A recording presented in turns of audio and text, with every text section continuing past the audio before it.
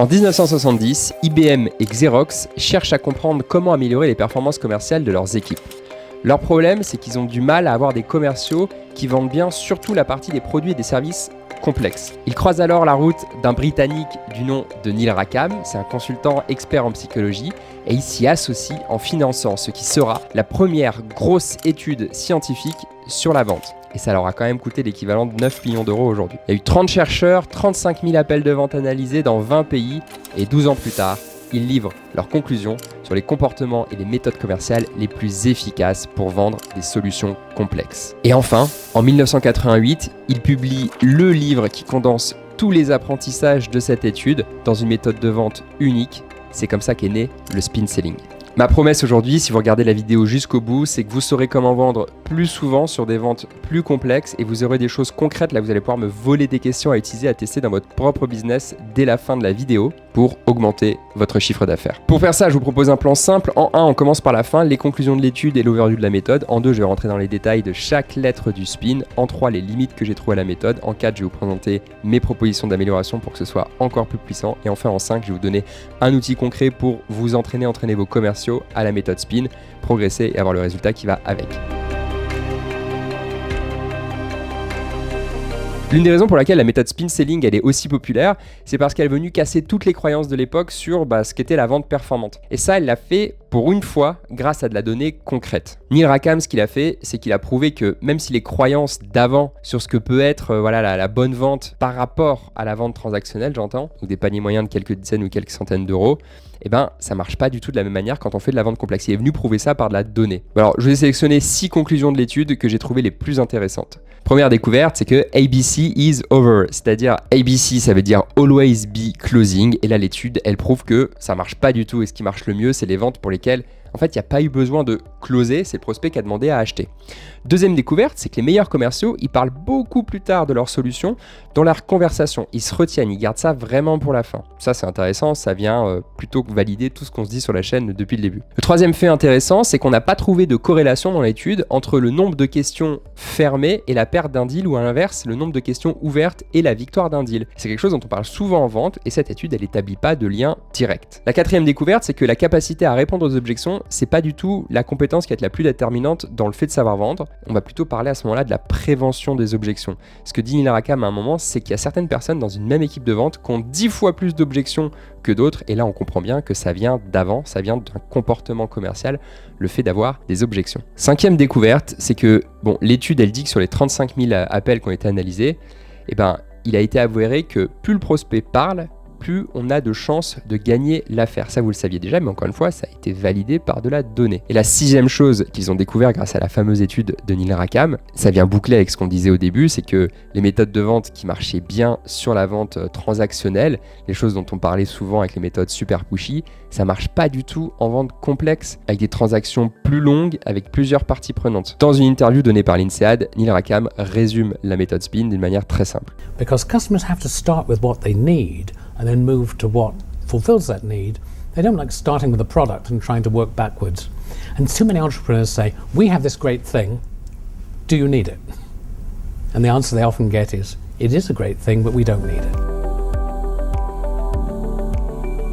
Donc allons-y, SPIN, c'est l'acronyme des catégories de questions qui sont là pour vous aider à naviguer dans la conversation et vous aider à créer une discussion qui est plus logique avec le prospect, plutôt que de faire un interrogatoire là qui apporte pas vraiment de valeur. Je pense que vous voyez de quoi je parle. Cet effet interrogatoire, on l'a parfois à des commerciaux à qui on a dit de poser des questions, mais si on leur explique pas comment, je comprends tout à fait qu'on puisse tomber dans ce petit piège. Le but du SPIN, c'est d'équilibrer une espèce de balance imaginaire entre d'un côté le coût d'une solution, en argent, en temps, en changement, en risque, et de l'autre côté, le coût d'un problème actuel, pareil, en temps, en argent, en turnover des salariés, ou choisissez ce que vous voulez. Il faut équilibrer cette balance. Vous n'avez pas beaucoup de latitude sur le côté ce que coûte la solution. Par contre, vous en avez beaucoup plus sur la prise de conscience de tous les problèmes et leurs coûts associés. Et ce qui est génial, c'est que le SPIN, il sert exactement à faire ça. Il sert à faire pencher la balance, parce que lorsque la balance penche, vous vendez. SPIN, ça veut dire situation, problème, impact et nécessité. C'est le need payoff en anglais.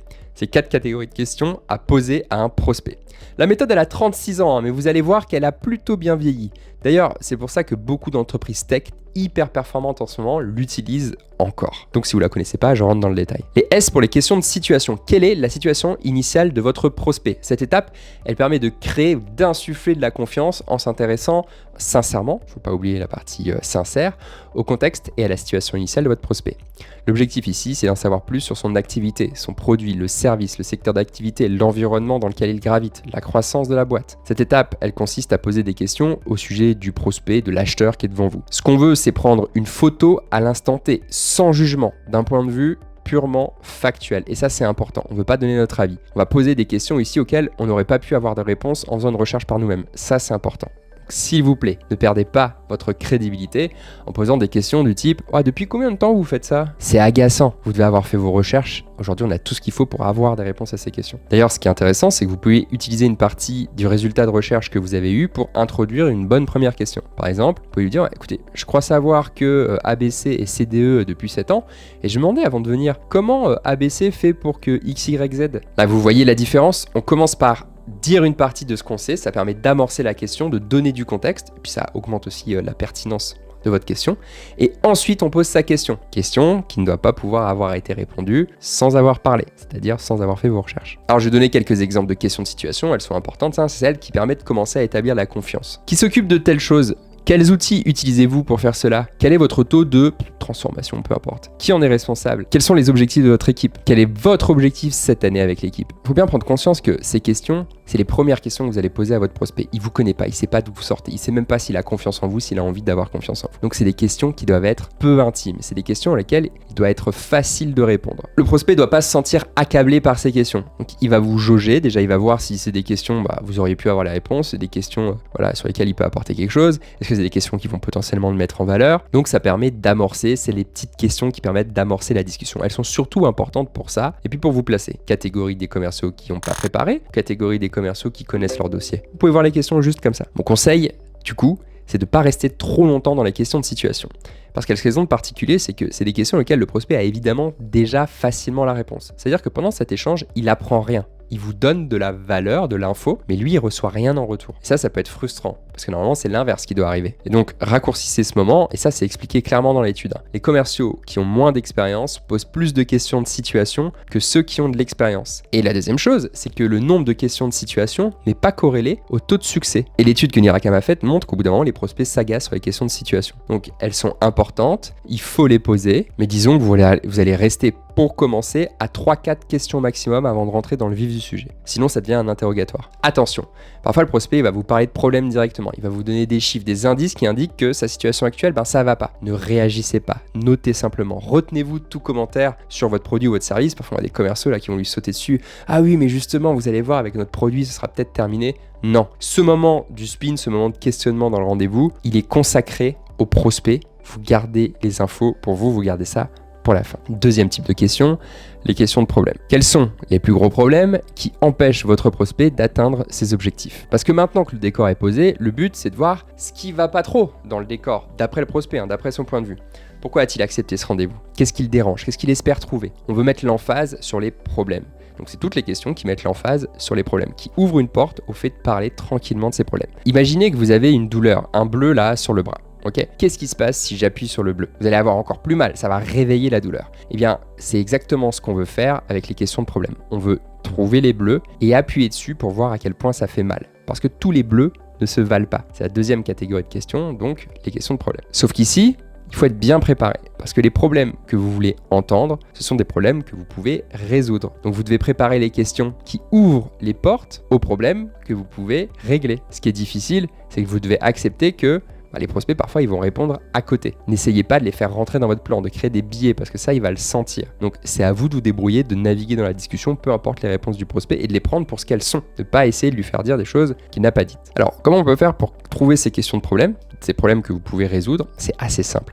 Vous allez prendre les piliers de votre proposition de valeur, par exemple la productivité, l'organisation ou la fiabilité. Et puis vous allez voir que ces piliers, ils viennent répondre à certains problèmes du prospect. Par exemple, très courant dans les SaaS, les équipes qui font des tâches répétitives, c'est un problème. Ça veut dire qu'une de vos questions de problème, ça va être comment les équipes s'organisent-elles pour faire ABC. Et voyez ce qui sort. Mais ne me faites pas, est-ce que vos équipes passent trop de temps sur des tâches répétitives et à faible valeur ajoutée? Non, ça, le prospect, il vous voit arriver à 2 km à la ronde, il voit que vous voulez l'emmener quelque part, et généralement, par esprit de contradiction, il va freiner les cas de fer, et puis il va pas vouloir y aller. En plus, la confiance, elle baisse, parce qu'il sent que vous essayez de le biaiser, et ça, c'est pas top. Donc c'est là que la question ouverte, elle est importante. Vous devez rester vous-même ouvert, le laisser libre, et surtout, je le disais, vous baser sur ses dires à lui. Donc très important, laissez-les formuler des choses qui viennent d'eux. Et pour ça, vous devez avoir eu au préalable leur confiance, gagner leur confiance et avoir de la pertinence. Je vous parlerai de la matrice SCOP tout à l'heure pour vous expliquer la pertinence et la confiance et l'importance qu'elles ont dans le fait que la vente se passe bien. Donc dans les ventes intermédiaires, c'est-à-dire entre la transactionnelle et la complexe, le lien sur les questions de problème avec la réussite de vos ventes, il est hyper fort. Donc si vous êtes sur des ventes intermédiaires, les questions de problème, elles vont être très importantes. Par contre, pour la vente complexe, elles sont importantes, mais c'est pas les plus importantes. C'est hyper important d'avoir les bons problèmes, du toucher de doigt les bonnes choses.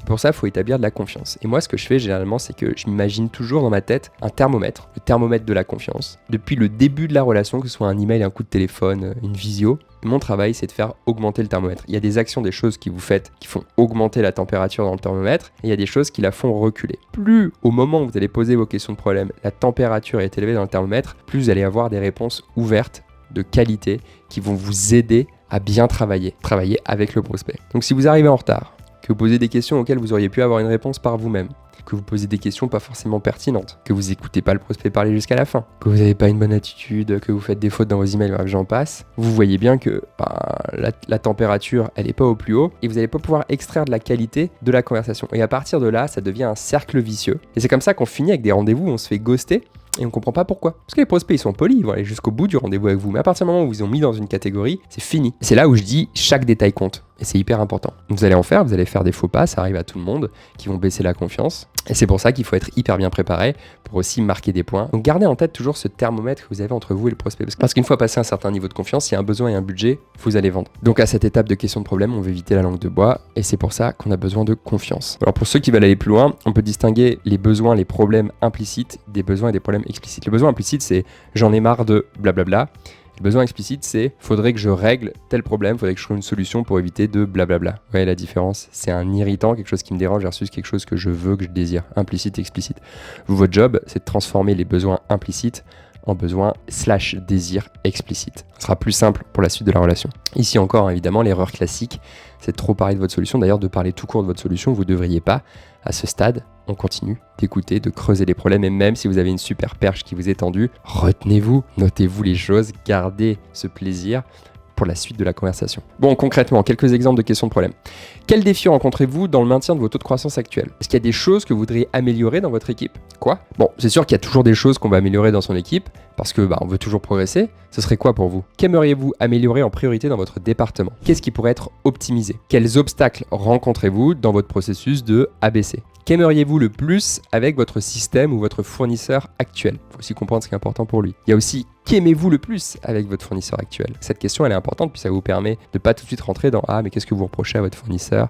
et d'être tout de suite dans le négatif. C'est important de savoir ce qu'il aime aussi chez ses fournisseurs si jamais il est déjà équipé. Qu'est-ce qui pourrait vous empêcher d'atteindre votre objectif cette année? Celle-là, je l'aime bien, elle est importante, elle est très générale, elle va lever des sujets importants pour le prospect. Quelle est la plus grosse difficulté à laquelle vous avez été confronté cette année? Ici, on va venir réveiller des mauvais souvenirs, on va essayer de comprendre ce qu'il cherche à tout prix à éviter. Ça va nous aider aussi à construire un discours, si jamais on est capable de l'aider à éviter à ce que ça se reproduise. Donc je vous affiche la liste plus complète. La liste, elle est interminable, ça dépend de vos préférences. Mais ce qu'il faut, c'est que les questions, elles soient prêtes et qu'elles concernent les thèmes que vous voulez explorer, les thèmes de votre proposition de valeur que vous voulez explorer avec votre prospect.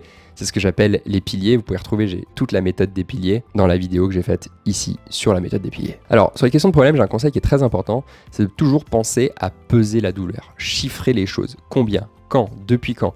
Faut pas laisser un prospect qui dit trop ou souvent ou parfois, juste comme ça et on laisse la conversation. Non, si vous dites souvent, mais souvent c'est-à-dire à quelle fréquence? Si vous dites il y a trop de problèmes, tiens mais combien? Parce que ça vous pouvez pas le deviner. Trop pour votre prospect, c'est peut-être pas trop pour vous. Peut-être que trop pour lui c'est 10 000 € alors que trop pour vous c'est 100 000.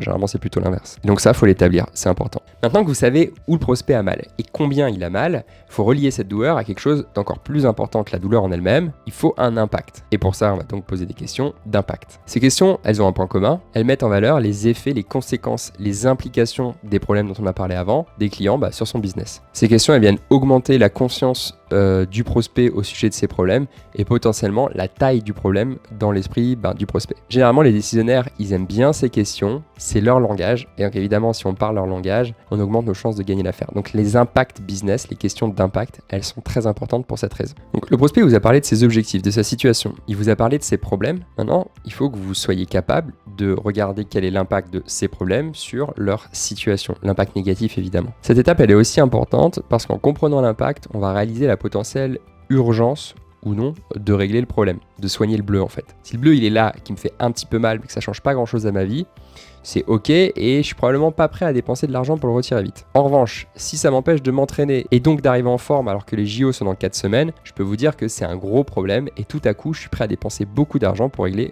au plus vite la situation. Mais si je vais pas dans les impacts, cette situation-là, je vais jamais la voir. Et même si mon prospect l'a peut-être sûrement par lui-même, il n'a pas toujours une réalisation hyper précise de ce que ça veut dire, de l'impact, justement, de l'ampleur de l'impact. Et donc, encore une fois, c'est un moment où on va rajouter des choses sur la balance, même si lui, il a déjà une petite idée. Donc au niveau des avantages des questions d'impact, première chose, c'est qu'on a identifié une corrélation entre la capacité à poser des questions d'impact correctes et le fait d'améliorer son taux de transformation dans la vente complexe. Deuxième chose positive sur les questions d'impact, c'est que ça vient augmenter la perception de la valeur d'une potentielle solution dans l'esprit du prospect. La troisième chose, c'est que généralement, c'est des questions plus complexes à poser et à trouver, donc il y a moins de commerciaux qui les posent et ça nous permet de nous démarquer. Mais attention parce que de manière générale, évidemment, les questions d'impact, elles sont plus compliquées que les questions de situation ou les questions de problème. D'ailleurs, généralement, quand on va dans les équipes, il y a peut-être 1 à 5% des commerciaux, même pas, qui savent correctement poser des questions d'impact. Si on essaye d'estimer un découpage, je dirais qu'il y a 70 à 90% des commerciaux qui posent des questions de situation, il n'y a aucun problème là-dessus. Ensuite, on va en avoir 10 à 30% qui vont poser des questions de problème. Puis ensuite, on perd tout le monde sur les questions d'impact, sur les questions d'après, qu'on verra tout à l'heure, encore plus de monde. Mais ces questions, elles sont importantes. Donc, si déjà vous êtes capable d'identifier que vous en posez moins, demandez-vous quelles questions est-ce que je pourrais poser pour aider le prospect à comprendre l'impact de son problème sur ses objectifs. Donc évidemment pour ça, je vais vous donner une liste d'exemples. Si vous n'arrivez pas à régler tel problème, quel serait le risque sur votre objectif ? Quel est l'impact de ça sur votre objectif global ? Est-ce que ça a un impact important sur votre objectif cette année ? Quel est l'impact de ce problème sur les membres de votre équipe ? Un problème avec XYZ a-t-il déjà eu un impact négatif sur vos KPI ? Est-ce qu'il y a un intérêt pour vous personnellement à régler ça ? Est-ce qu'il y a un impact financier pour vous ? Quel serait l'impact financier si ces problèmes persistaient encore 1 an ? Comment ces obstacles affectent-ils le moral de l'équipe et leur efficacité ? Si vous n'avez pas ou moins ce problème, est-ce que ça changerait votre quotidien ? Bon, je fais une petite pause ici. Il y a peut-être certaines questions qui vous semblent un peu bizarres. Et en fait, c'est la manière dont elles sont formulées qui vous donne cette impression. Mais par exemple, si vous passez de quel serait l'impact de ces problèmes sur votre business au quotidien ? Si vous passez de ça et que vous dites plutôt quelque chose du style, tout à l'heure, vous m'avez parlé de ce problème. À votre avis, est-ce qu'il y a un lien fort entre ce problème en particulier et l'objectif de chiffre d'affaires dont vous m'avez parlé tout à l'heure ? Vous voyez, tout de suite, ça change le ton. Donc, c'est important aussi d'emballer sa question correctement pour pas que ça soit bizarre. Alors, je vais ajouter une question. C'est une question que j'aime bien parce qu'elle est un tout petit peu provocante, mais si vous la formulez bien, pas tant que ça. Quand votre prospect vous parlez de ses problèmes, vous allez les chiffrer, etc., vous allez lui demander, mais au final, est-ce que c'est si grave ? Est-ce que vous pouvez pas continuer à travailler comme ça ? Et voyez ce que le prospect vous dit. Ça, c'est intéressant parce que finalement, c'est le prospect qui va devoir lui-même justifier à quel point c'est important de régler ce problème. Moi, je l'aime bien cette question et je la pose surtout quand j'ai un petit peu du mal à trouver à mon prospect une raison qu'il pourrait avoir de bosser avec moi. Donc avant de dire ok, c'est fini, je remballe, je m'en vais, c'est pas pour nous, je lui pose cette question. Et s'il dit non, c'est vrai qu'effectivement, il n'y a pas d'urgence. J'arrête. Et s'il surenchérit, je comprends que peut-être qu'il était dans une posture où il n'avait pas forcément envie de partager, mais que maintenant, il s'ouvre parce qu'il comprend qu'il y a un enjeu. À cette étape, on ne parle toujours pas de soi. Il n'y a pas de « oui, bah écoutez, pas de problème, on va essayer de soigner tout ça avec notre SaaS ». On se tait, on creuse et on rentre en empathie avec le prospect. Dernière catégorie de questions sont les questions de nécessité. Les questions de nécessité, elles soulignent la valeur ou l'utilité de la solution.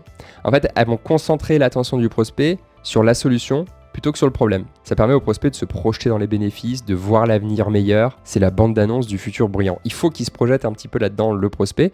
C'est pour ça qu'on va poser les questions de nécessité. Donc là, on relâche la douleur et les impacts. Il doit parler de toutes les belles choses qui vont lui arriver quand il aura réglé son problème de bleu. Généralement, pour les C-level, ça va très très vite. Faut pas se payer leur tête. Mais c'est bien de l'avoir en tête et d'y faire référence. C'est important que le prospect puisse se projeter et que lui en parle avant que vous parliez de vous. Ça permet aussi, de créer le fameux gap entre sa situation actuelle non désirée dont vous a parlé et sa situation future désirée dont il va vous parler pendant les questions de nécessité. Et le trou qui est entre les deux, Vous, votre job, c'est de vendre un chemin, une manière qu'il le traverse facilement, voire carrément que vous rapprochez les deux bords du gouffre pour qu'il ait plus qu'à marcher pour traverser. Et ça va augmenter largement leur intérêt pour votre solution. Au moment où vous allez parler de votre solution, normalement, la valeur perçue de toute solution qui peut l'aider à régler son problème, elle va être très élevée. Et c'est pour ça que vous n'allez jamais en parler avant. Vous allez attendre que sa perception du problème, elle soit à son plus haut. Je vous donne quelques exemples. Quels autres avantages pensez-vous obtenir en résolvant ce problème ? Ce serait quoi l'avantage numéro 1 pour vous de régler ce problème ?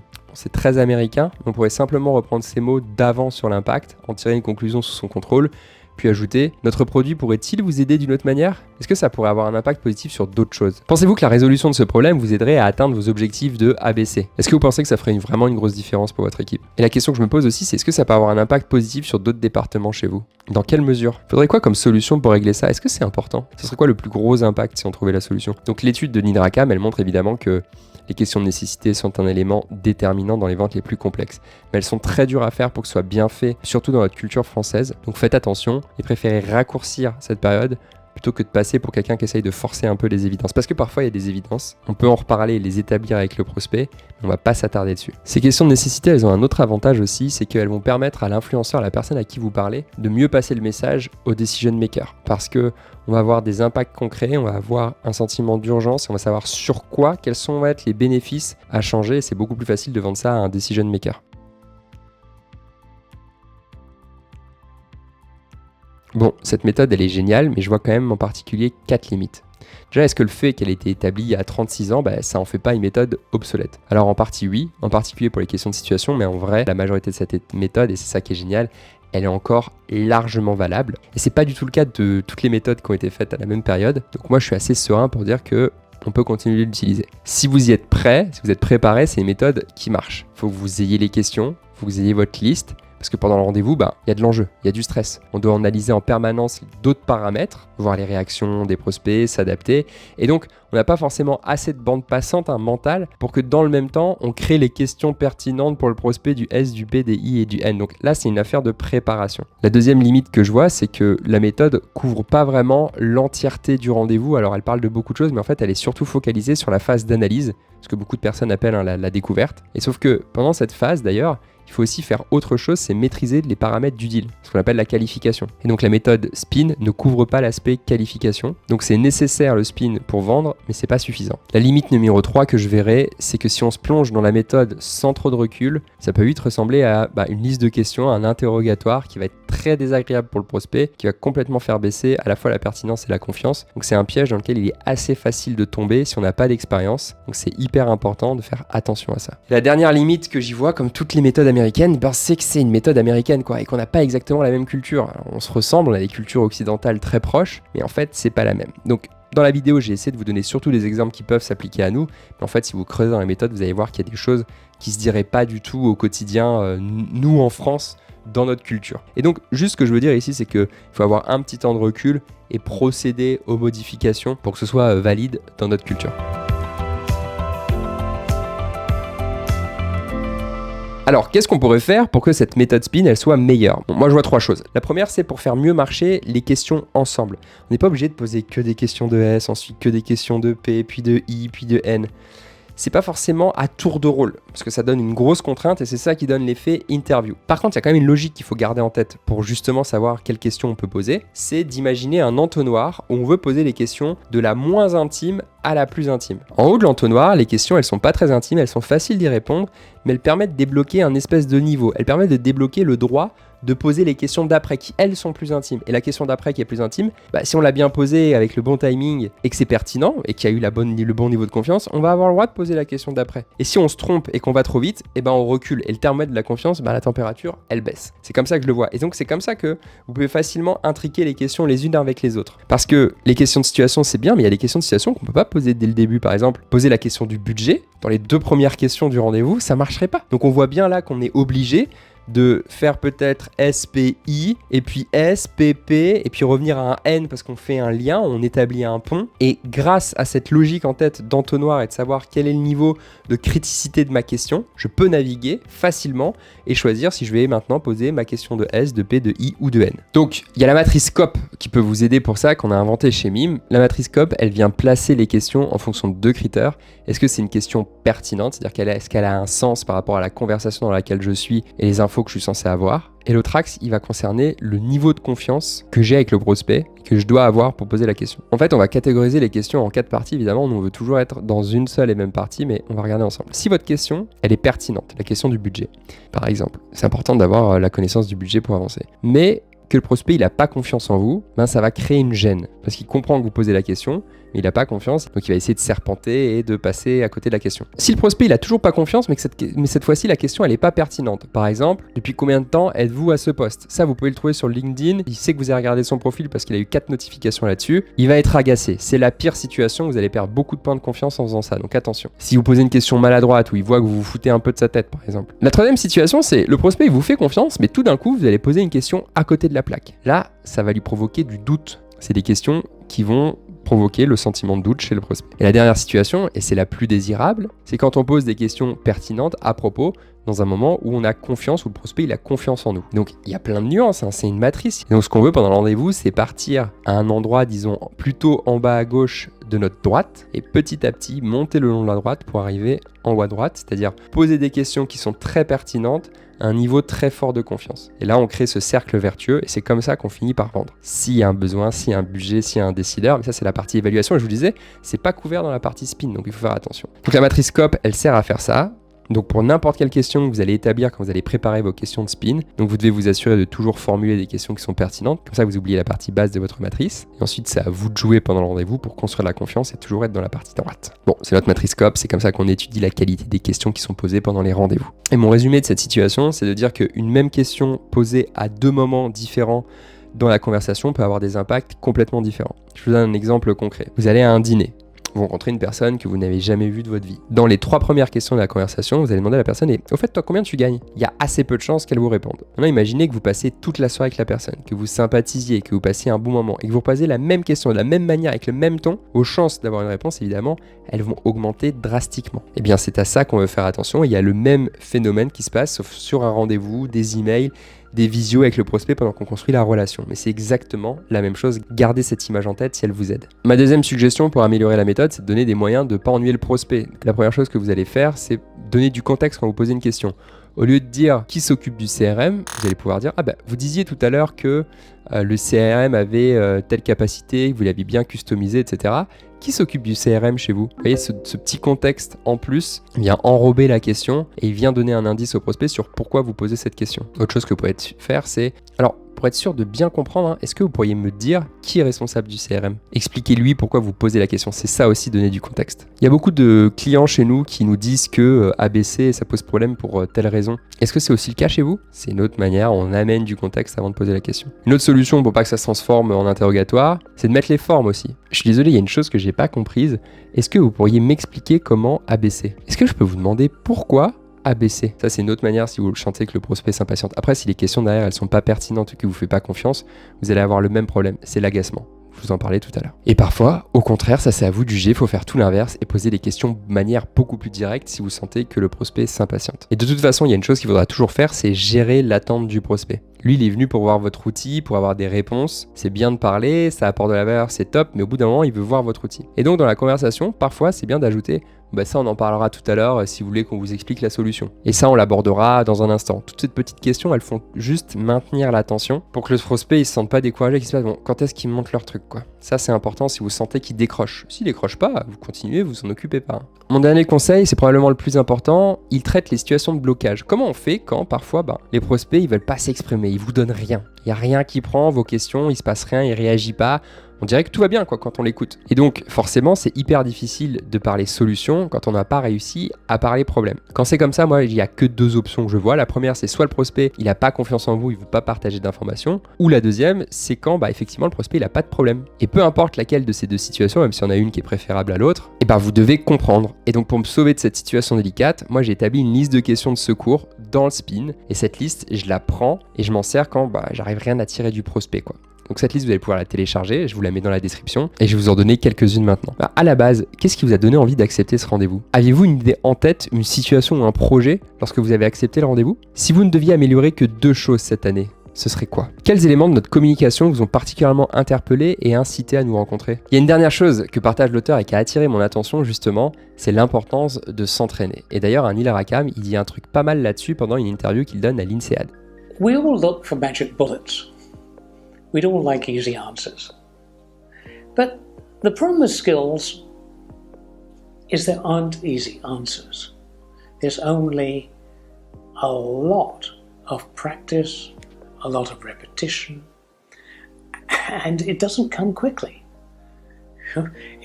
I've known people read the spin model and say, right, I've got it. I understand it. 4 types of questions. That's just like saying, golf, I've got it. 18 holes. You just hit the ball into all 18. That's it. Got it. L'entraînement, l'application, vous le savez, c'est mon cheval de bataille. C'est ce qu'il y a de plus important. Si vous regardez toutes ces vidéos sans jamais appliquer, il ne se passera rien. Et la première fois que vous allez appliquer, la vérité, c'est qu'il y a de grandes chances que vous vous plantiez. Donc, pour réussir, il faut répéter encore et s'entraîner. Et donc, pour que vous puissiez vous entraîner, savoir ce que c'est une bonne question de situation, savoir si telle question que vous avez élaborée, c'est vraiment une question de problème, avoir des questions d'inspiration. Pour vous aider là-dessus, j'ai créé un outil sur ChatGPT, dont je vous mets le lien dans la description. Il est ouvert à tout le monde, dans lequel vous allez pouvoir converser avec cette IA que j'ai paramétrée pour qu'elle vous donne des conseils sur le spin, qu'elle vous entraîne, qu'elle vous fasse des mini-quiz, comme si c'était moi. Bon, l'outil est clairement pas parfait, mais ça va vous permettre de jouer un peu avec, surtout pour ceux qui ont du mal à trouver les catégories de leurs questions ou des questions pour certaines catégories. Donc c'est l'entraîneur virtuel au spin, je vous le mets dans la description. Moi ce spin j'adore, je le trouve très efficace parce qu'il permet de manière très simple de trouver comment apporter de la valeur chez le prospect et qu'il y soit sensible. Il n'y a que 4 lettres, c'est facile à retenir, on peut s'y préparer avant et donc ça va venir amplifier sa prise de conscience, lui apporter de la valeur et en même temps à vous donner de la matière pour articuler votre discours commercial. Sauf que même en faisant ça, il manque quelque chose dans la méthode spin, c'est l'évaluation. C'est comprendre si le prospect, en fait, il peut acheter, si c'est un bon deal pour ça. Et pour régler ce problème, évidemment, il y a la méthode MEDDIC. J'en ai fait 3 vidéos, je vous en mets une juste ici et je vous explique tout sur comment l'utiliser et arrêter de passer du temps sur des affaires